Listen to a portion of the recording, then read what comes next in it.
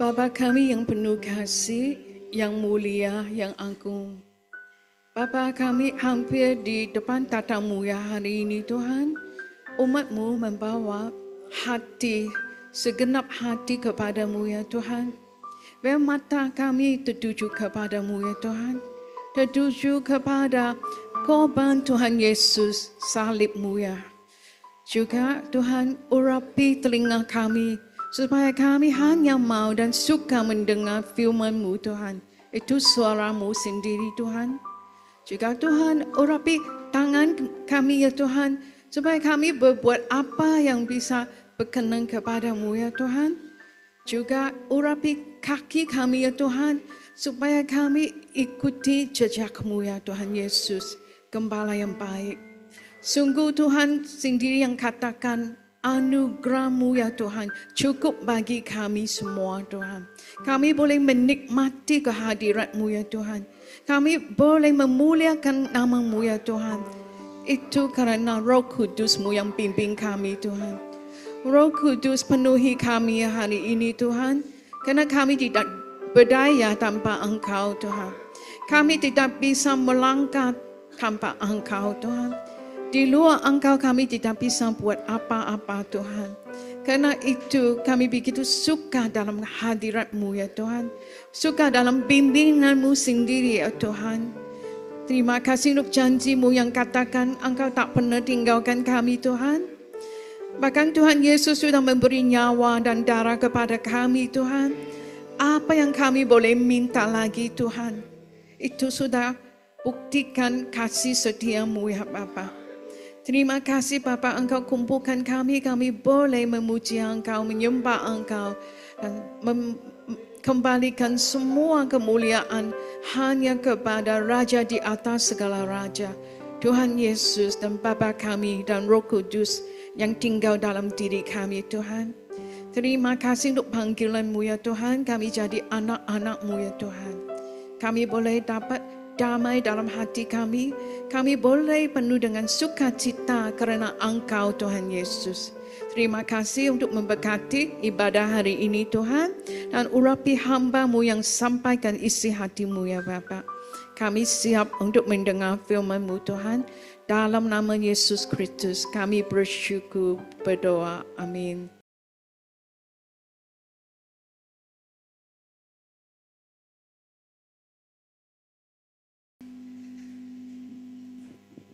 Haleluya, puji Tuhan, haleluya. Bapak Ibu Saudara sekalian, tidak ada yang lebih indah dalam hidup kita ini selain kita ada dalam kehendak Tuhan. Amin, haleluya. Meskipun berada dalam kehendak Tuhan bukan berarti segala sesuatu akan berjalan sesuai yang kita inginkan. Kadang-kadang berada dalam kehendak Tuhan pun kita mengalami sesuatu yang tidak mengenakan dalam hidup kita. Ya kan? Datang ke rumah Tuhan adalah bagian daripada berada dalam kehendak Tuhan. Tapi seringkali di dalam pertemuan seperti ini juga menimbulkan hal-hal yang tidak mengenakan bagi kita. Tapi yang jelasnya berada dalam kehendak Tuhan adalah sesuatu yang lebih indah daripada yang lain. Hari ini kita akan melanjutkan pembahasan firman Allah atau seri pengajaran kitab Nehemia. Dan kita sudah tiba pada pasal yang ke-11, ayat yang pertama dan ayat yang kedua. Tema firman Tuhan pada siang hari ini adalah rahasia hidup dalam kehendak Tuhan. Mari saya ajak Bapak Ibu Saudara kita berdiri, kita ucapkan kebenaran ini. Kaum pria membacakan ayat yang pertama dan ayat yang kedua dibacakan kaum wanita. Nehemia pasal yang ke-11 ayat pertama dan ayat yang kedua. Mari kaum pria kita ucapkan ayat yang pertama. 2, 3. Para pemimpin bangsa menetap di Yerusalem sedang orang-orang lain membuang undi untuk menentukan 1 dari 10 orang yang harus menetap di Yerusalem, kota yang kudus itu. Sedang yang 9 orang lagi tinggal di kota-kota yang lain. Ayat 2, kaum wanita. 2, 3. Orang-orang memuji setiap orang yang akan menetap. Puji Tuhan. Silakan duduk Bapak Ibu Saudara. Jadi rahasia yang pertama untuk hidup dalam kehendak Tuhan, menurut ayat yang pertama dari Nehemia pasal yang ke-11 adalah tempatkan diri bahwa kita adalah pemimpin. Amin, haleluya. Katakan sama-sama, tempatkan diri bahwa kita adalah pemimpin. Amin, haleluya. Kalau seseorang menjadikan dirinya bahwa dia adalah pemimpin, sedikitnya dia akan memberikan teladan kepada yang dipimpin. Ya kan? Itu namanya pemimpin. Dikatakan di sini pemimpin bangsa menetap di Yerusalem. Dalam bahasa Ibrani dipakai kata sarei ha'am. Itu artinya para pemimpin bangsa mengambil inisiatif untuk menetap di Yerusalem. Jadi bukan karena paksaan, bukan karena sebuah paksaan, tetapi sebuah inisiatif yang lahir dari hati para pemimpin. Inisiatif untuk apa? Inisiatif untuk menetap di Yerusalem.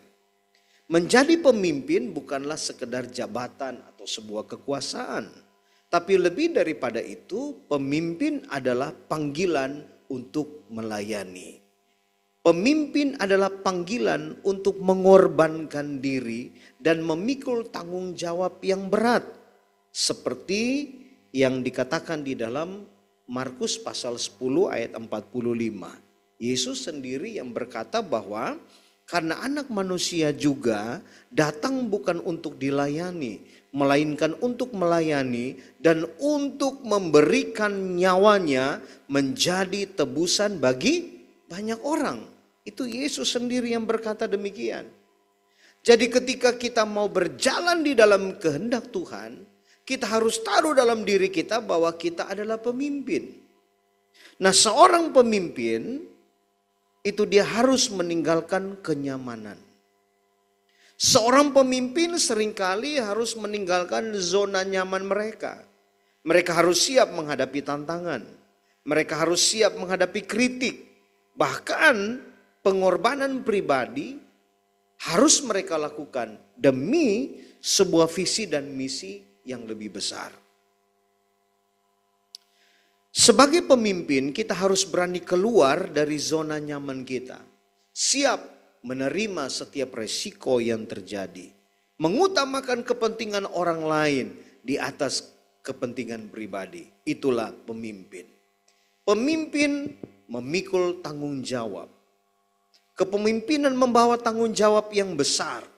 Seorang pemimpin harus membuat keputusan yang sulit menghadapi masalah yang begitu kompleks. Tapi dia harus bertanggung jawab atas tindakannya. Itulah pemimpin.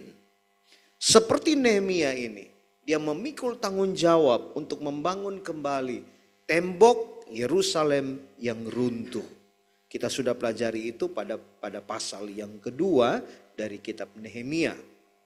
Jadi sebagai pemimpin kita harus memiliki integritas. Kita harus memiliki keberanian. Kita harus memiliki kebijaksanaan dalam mengambil keputusan. Dan siap bertanggung jawab atas segala konsekuensi atau akibatnya. Menghadapi tantangan dan rintangan sebagai seorang pemimpin tentunya tidak selalu mulus. Akan ada tantangan, akan ada rintangan, bahkan pengkhianatan. Tapi sebagai seorang pemimpin yang sejati, dia tidak akan menyerah. Amin Bapak Ibu Saudara, haleluya. Siapapun kita adalah pemimpin. Amin, haleluya. Kita adalah pemimpin. Nah, menjadi pemimpin itu merupakan panggilan yang mulia. Tetapi juga penuh dengan tantangan. Menjadi seorang pemimpin, kita harus benar-benar mengandalkan Tuhan. Sebab kalau tidak, kita tidak bisa buat apa-apa. 1 Petrus 5 ayat yang kedua dan ayat yang ketiga dikatakan begini. 1 Petrus 5 ayat 2 dan ayat 3. Gembalakanlah kawanan domba Allah yang ada padamu.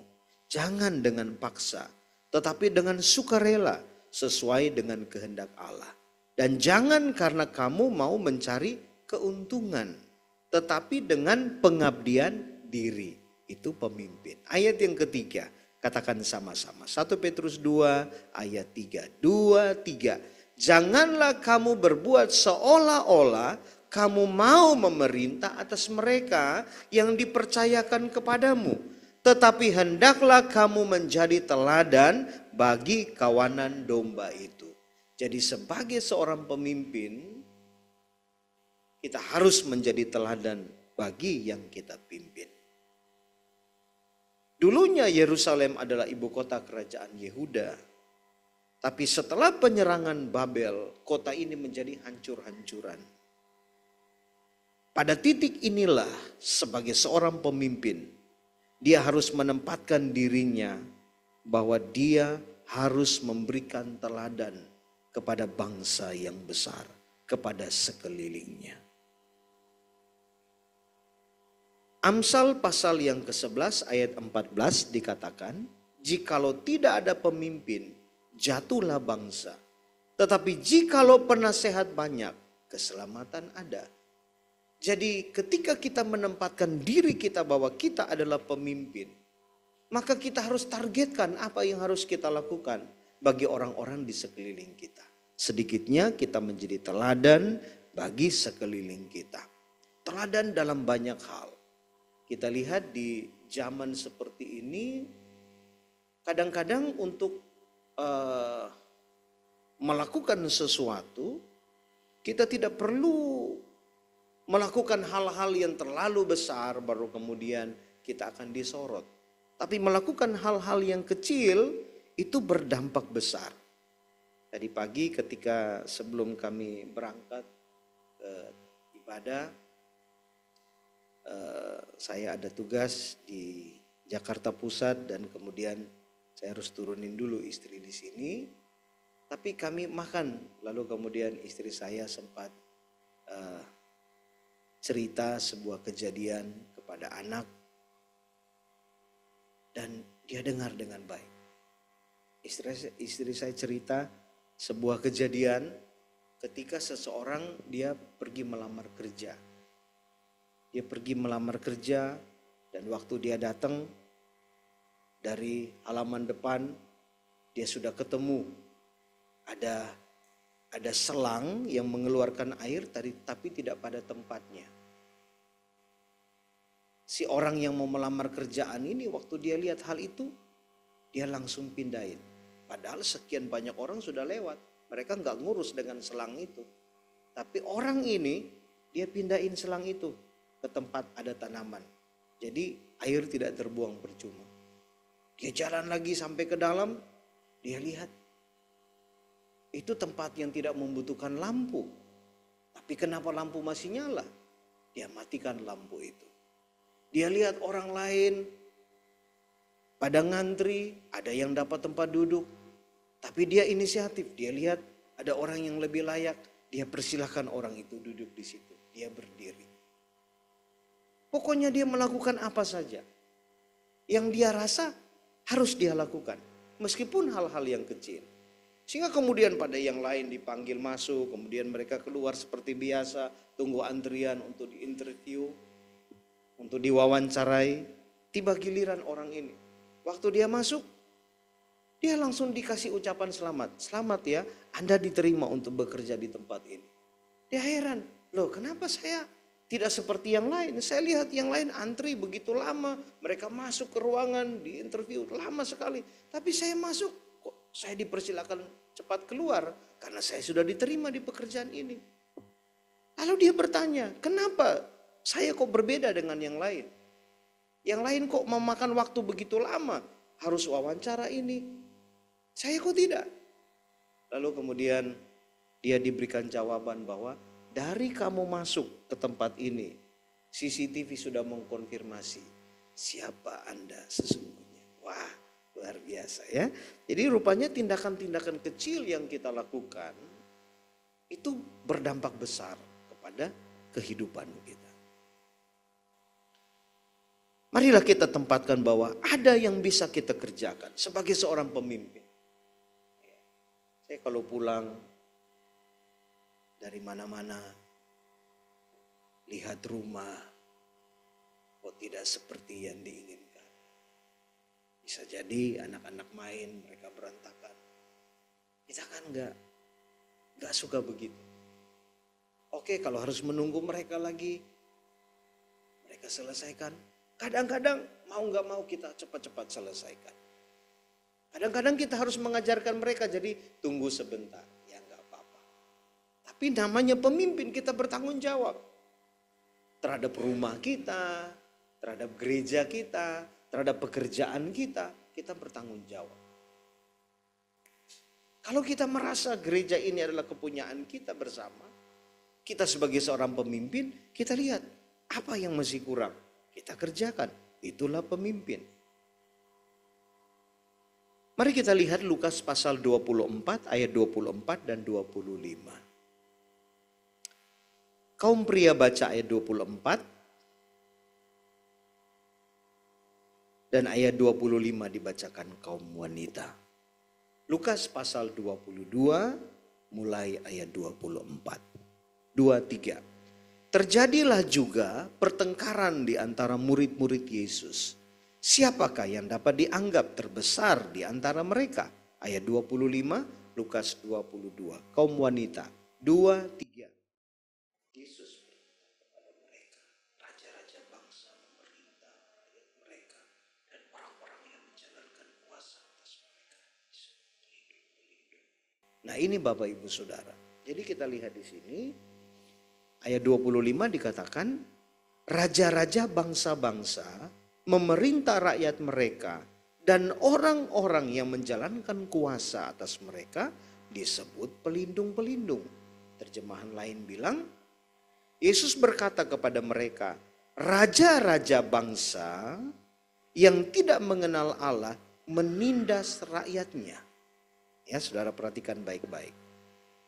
Jadi raja-raja bangsa yang tidak mengenal Allah, mereka menindas rakyatnya.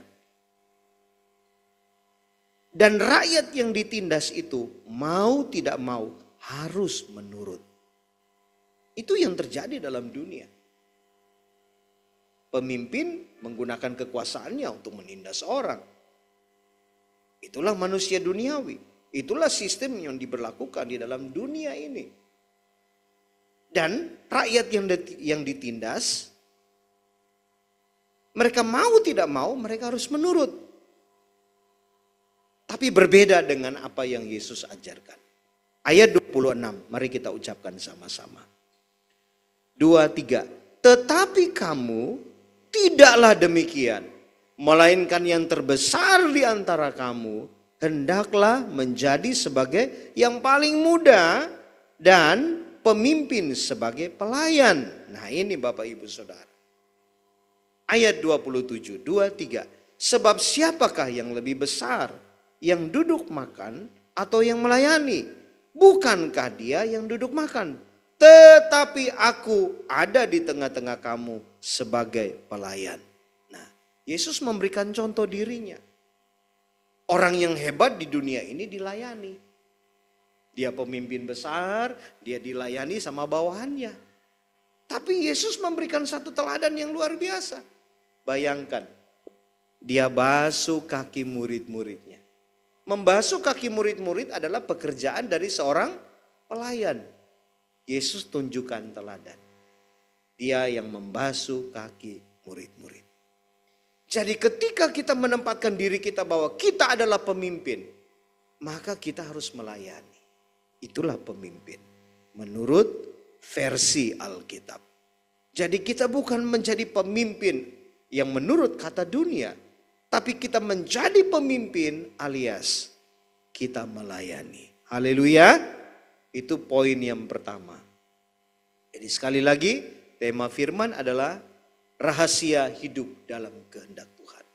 Rahasia yang pertama adalah tempatkan diri bahwa kita adalah pemimpin. Jadi waktu kita menempatkan diri kita adalah pemimpin, sedikitnya kita menjadi teladan bagi orang lain. Ya kan?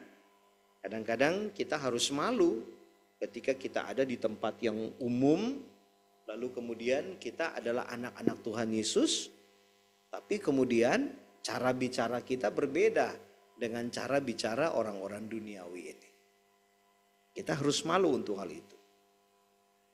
Jadi kalau kita mau hidup dalam kehendak Tuhan, rahasia yang pertama, tempatkan diri kita bahwa kita adalah pemimpin. Amin Bapak Ibu Saudara, seorang pemimpin dia harus melayani. Seorang pemimpin ketika dia melihat hal-hal yang harus dia kerjakan, dia nggak tunggu orang lain.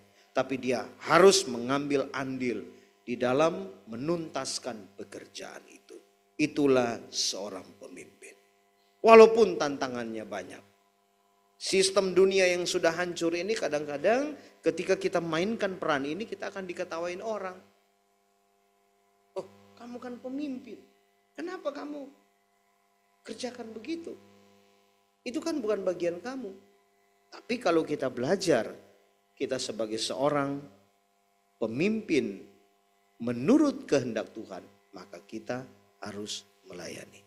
Saya lihat di gereja-gereja besar, itu ada orang-orang yang di tempat kerja mereka orang hebat, mereka pemimpin perusahaan, mereka punya posisi bagus di dalam pekerjaan, tapi kalau hari Minggu mereka melayani.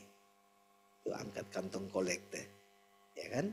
Di sini nggak ada kantong kolekte, karena maju sendiri ke depan ya, lalu meletakkan persembahan. Tapi bukan berarti kita tidak bisa melakukan sesuatu. Ya kan? Kita lihat ada banyak hal yang bisa kita kerjakan. Nah, kita kerjakan itu karena kita adalah seorang pemimpin. Yesus bilang pemimpin itu adalah pelayan. Yesus memberikan teladan. Dia sendiri pemimpin hebat. Dia punya rasul-rasul. Tapi dia basuh kaki murid-murid. Kenapa? Dia menunjukkan bahwa pemimpin harus memberikan teladan.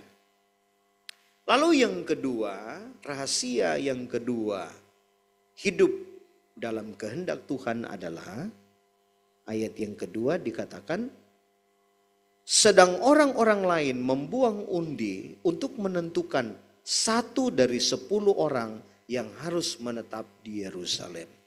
Jadi bagian yang kedua supaya kita bisa hidup dalam kehendak Tuhan adalah pastikan bahwa kita itu taat pada kebenaran Tuhan. Ya kan? Membuang undi dalam bahasa asli Alkitab dipakai kata hipilu goralot. Hipilu goralot ini artinya keputusan yang lahir bukan atas keinginan pribadi, tetapi ketertundukan kepada kehendak Tuhan. Jadi waktu bangsa Israel mereka kembali ke kota mereka setelah mereka kembali dari pembuangan. Kitab Nehemia menceritakan tadi bahwa para pemimpin bangsa menetap di Yerusalem. Sedang orang-orang lain membuang undi untuk menentukan 1 dari 10 orang yang harus menetap di Yerusalem, kota yang kudus itu. Sedang yang 9 orang lagi tinggal di kota-kota yang lain. Jadi tidak semua orang mau menetap di Yerusalem. Memang awalnya Yerusalem ini merupakan satu pusat pemerintahan. Tempat di mana bait Allah ada di situ. Satu tempat yang dalam tanda petik cukup bergengsi untuk orang ada di situ. Tapi peristiwa pembuangan itu menyebabkan kota itu sudah hancur-hancuran. Dan orang lain sudah tinggal di kota mereka, mereka sudah nyaman dengan kota mereka. Tapi kota Yerusalem ini yang baru saja dibangun ini, banyak orang tidak mau tinggal di sana. Mereka sudah nyaman dengan kota mereka. Karena itu, pemimpin-pemimpin mengambil inisiatif, buang undi. Dari 10 orang, 1 orang tetap di Yerusalem, 9 orang silakan ke tempat mereka masing-masing. Karena tidak semua orang mau.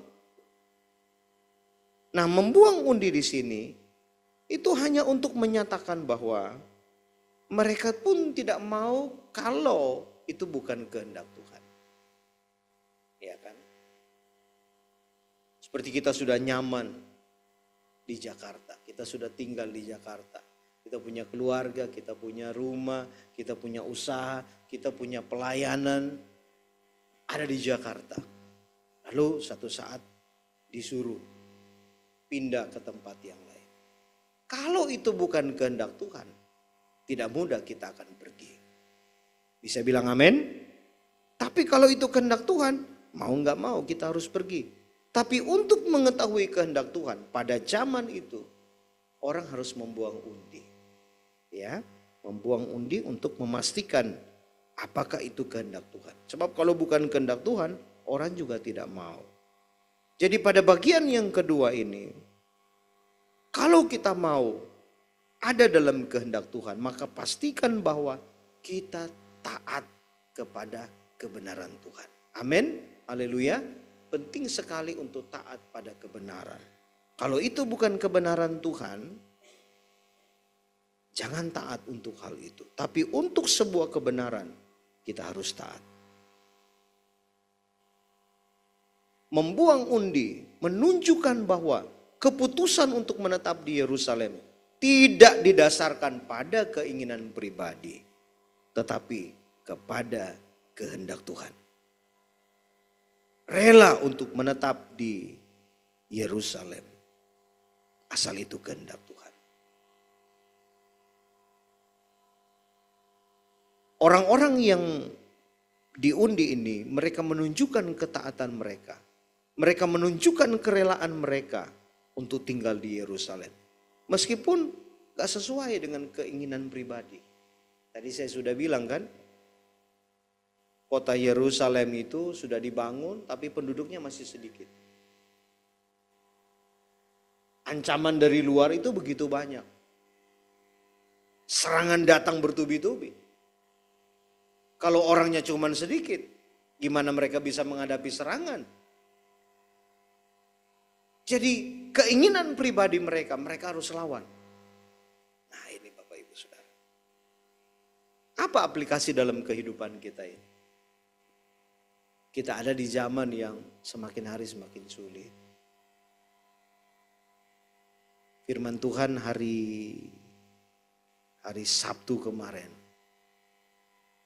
memotivasi kita pelayan-pelayan Tuhan. Pemimpin adalah pelayan. Nah kita dimotivasi supaya apa? Hidup dalam kebenaran. Di tengah-tengah banyak orang gak hidup dalam kebenaran. Bahkan pemimpin pun tidak hidup dalam kebenaran. Banyak pemimpin-pemimpin agama yang kita sudah pelajari Sabtu kemarin. Yang belum dengar bisa putar lagi channel YouTube Penjaga Menara. Belajar dari situ. Bahwa pemimpin-pemimpin agama, mereka yang menamakan diri mereka nabi-nabi, mereka saja hidup enggak dalam kebenaran. Mereka melakukan apa yang dilakukan oleh manusia sekeliling mereka. Nah di tengah-tengah kondisi seperti itu, karena kekeringan melanda, orang punya kekhawatiran tersendiri. Ya ini kan bukan hanya masalah kita, ini masalah dunia.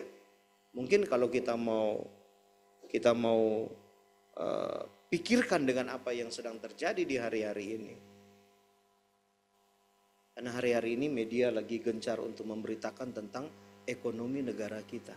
Oh, kita punya ekonomi lagi nggak baik-baik saja. Ya.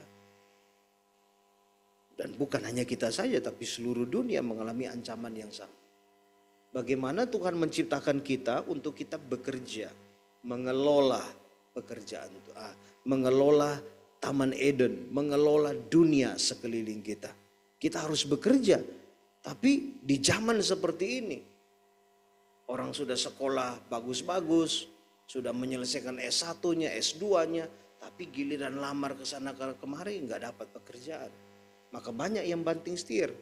Mereka S1, S2, tapi mereka nggak nanggung-nanggung. Yang penting bisa kerja.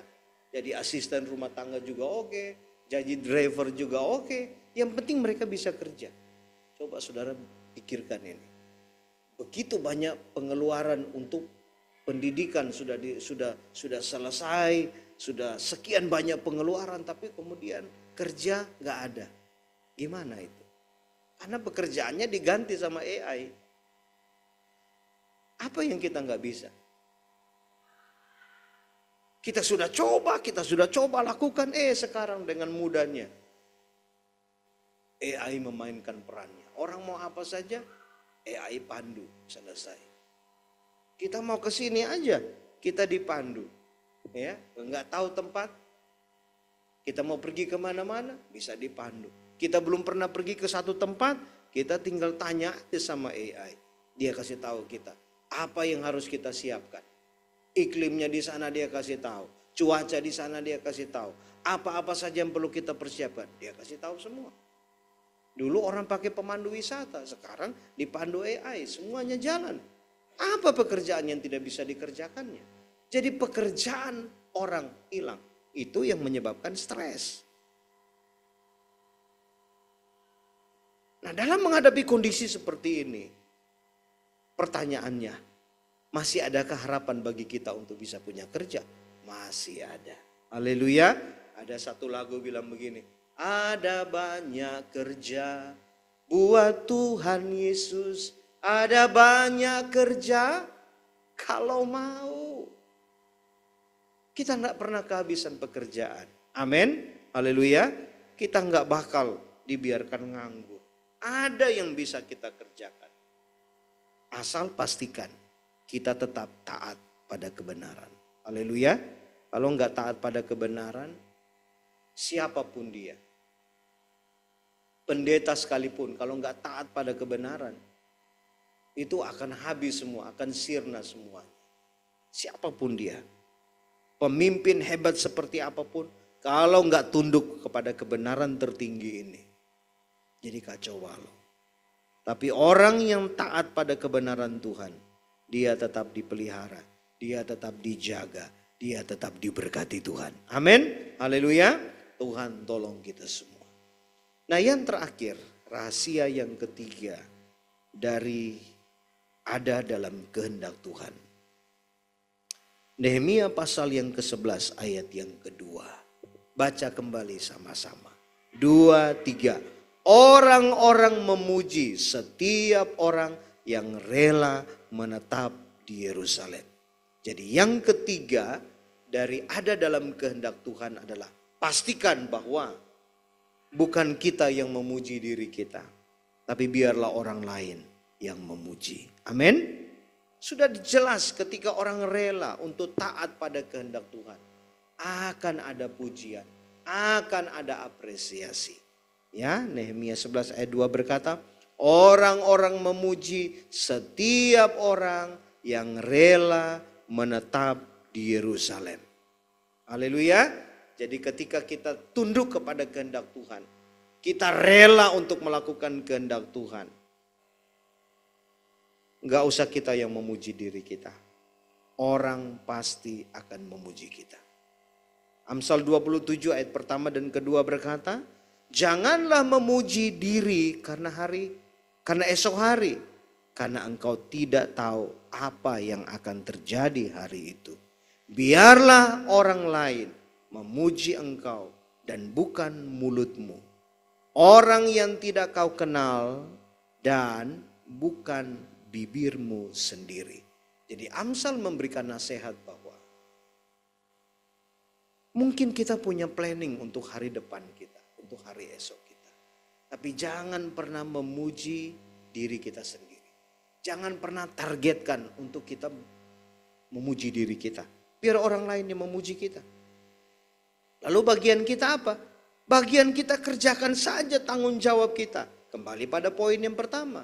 Hidup sebagai seorang pemimpin. Apa itu pemimpin? Pemimpin adalah seorang pelayan.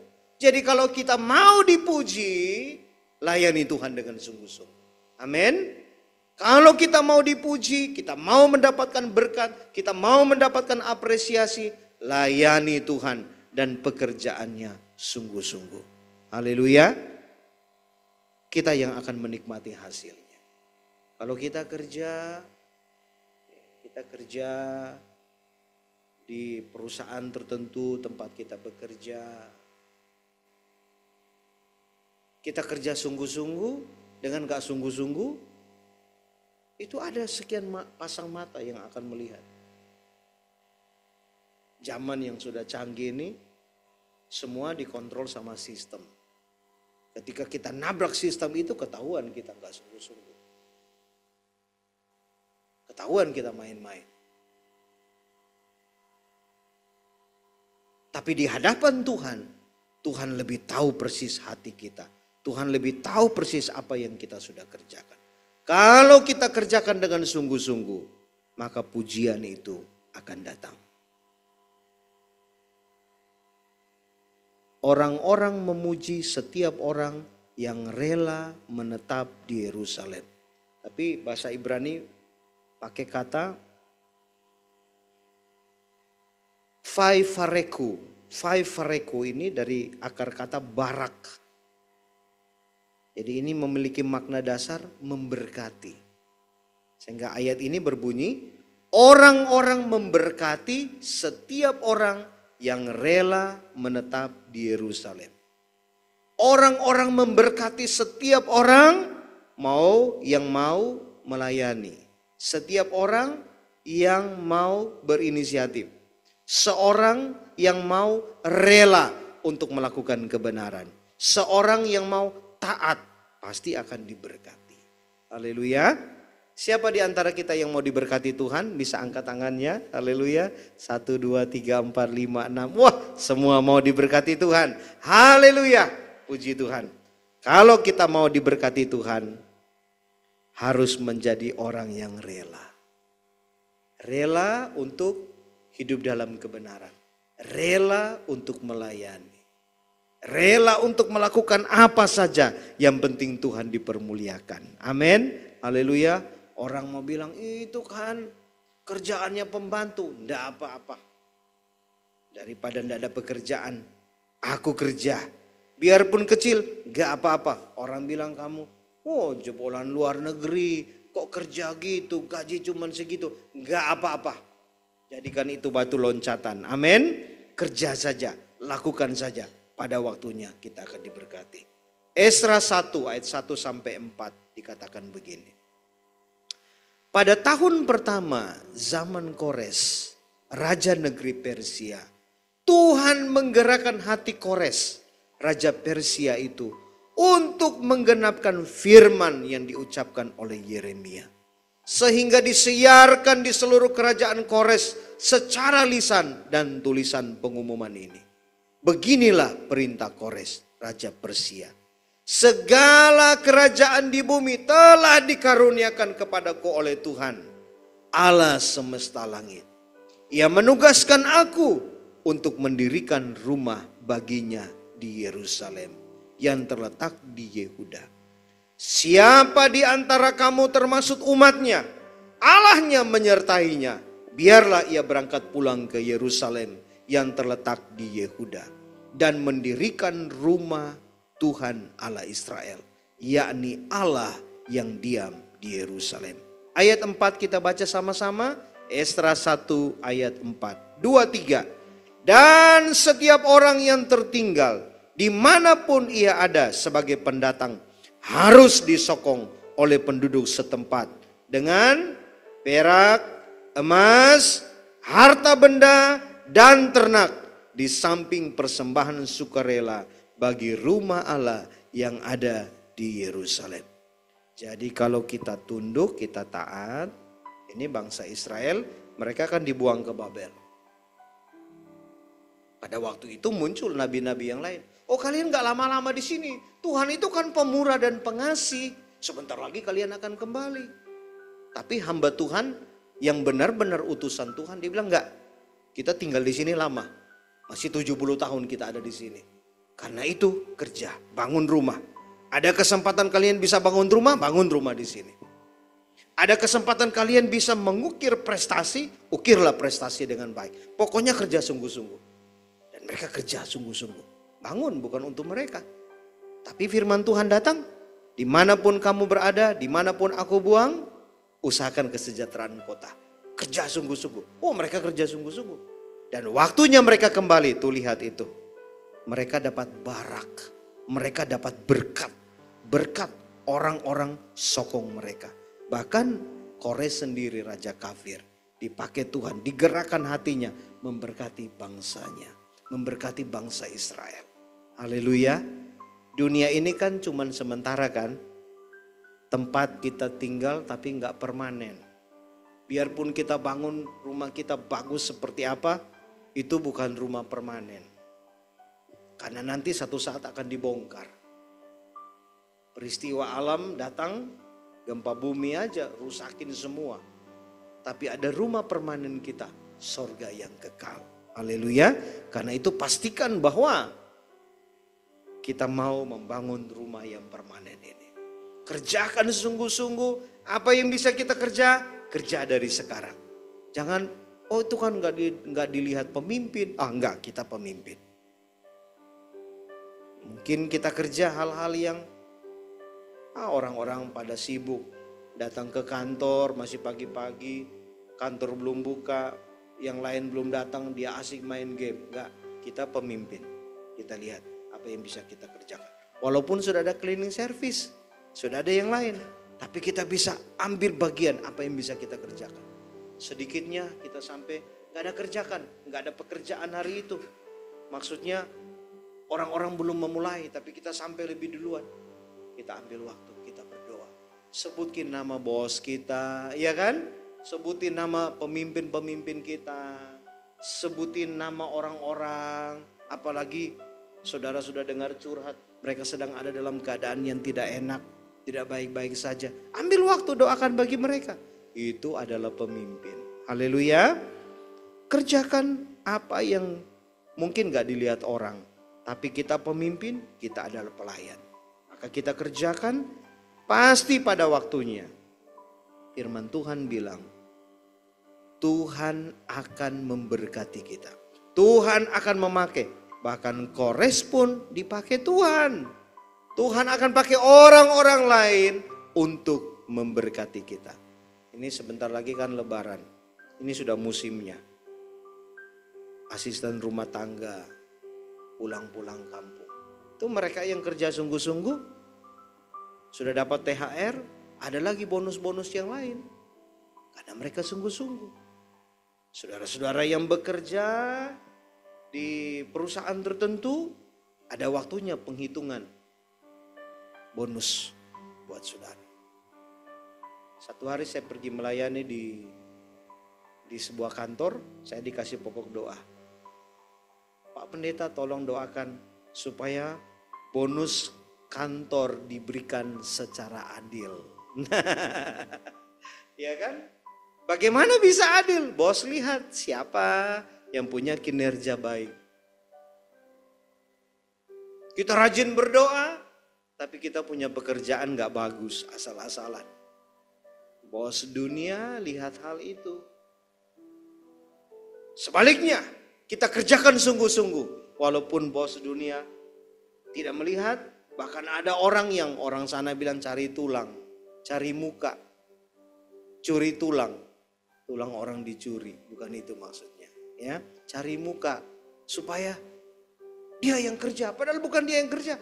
Si ini yang kerja, dia pasang badan, beres bos, semua lihat saja. Tapi bukan dia yang kerja, orang lain yang kerja. Itu namanya curi tulang ya, curi om maksudnya. Ya, cari muka, enggak masalah. Yang penting kita kerja sungguh-sungguh, Tuhan tidak pernah tertidur. Ya lihat kita kerja sungguh-sungguh, berkat datang dari Tuhan. Susah payah enggak menambahinya. Berkat Tuhan menjadikan kaya, berkat datangnya dari Tuhan. Tuhan memberkati kita semua. Mari kita berdiri sama-sama.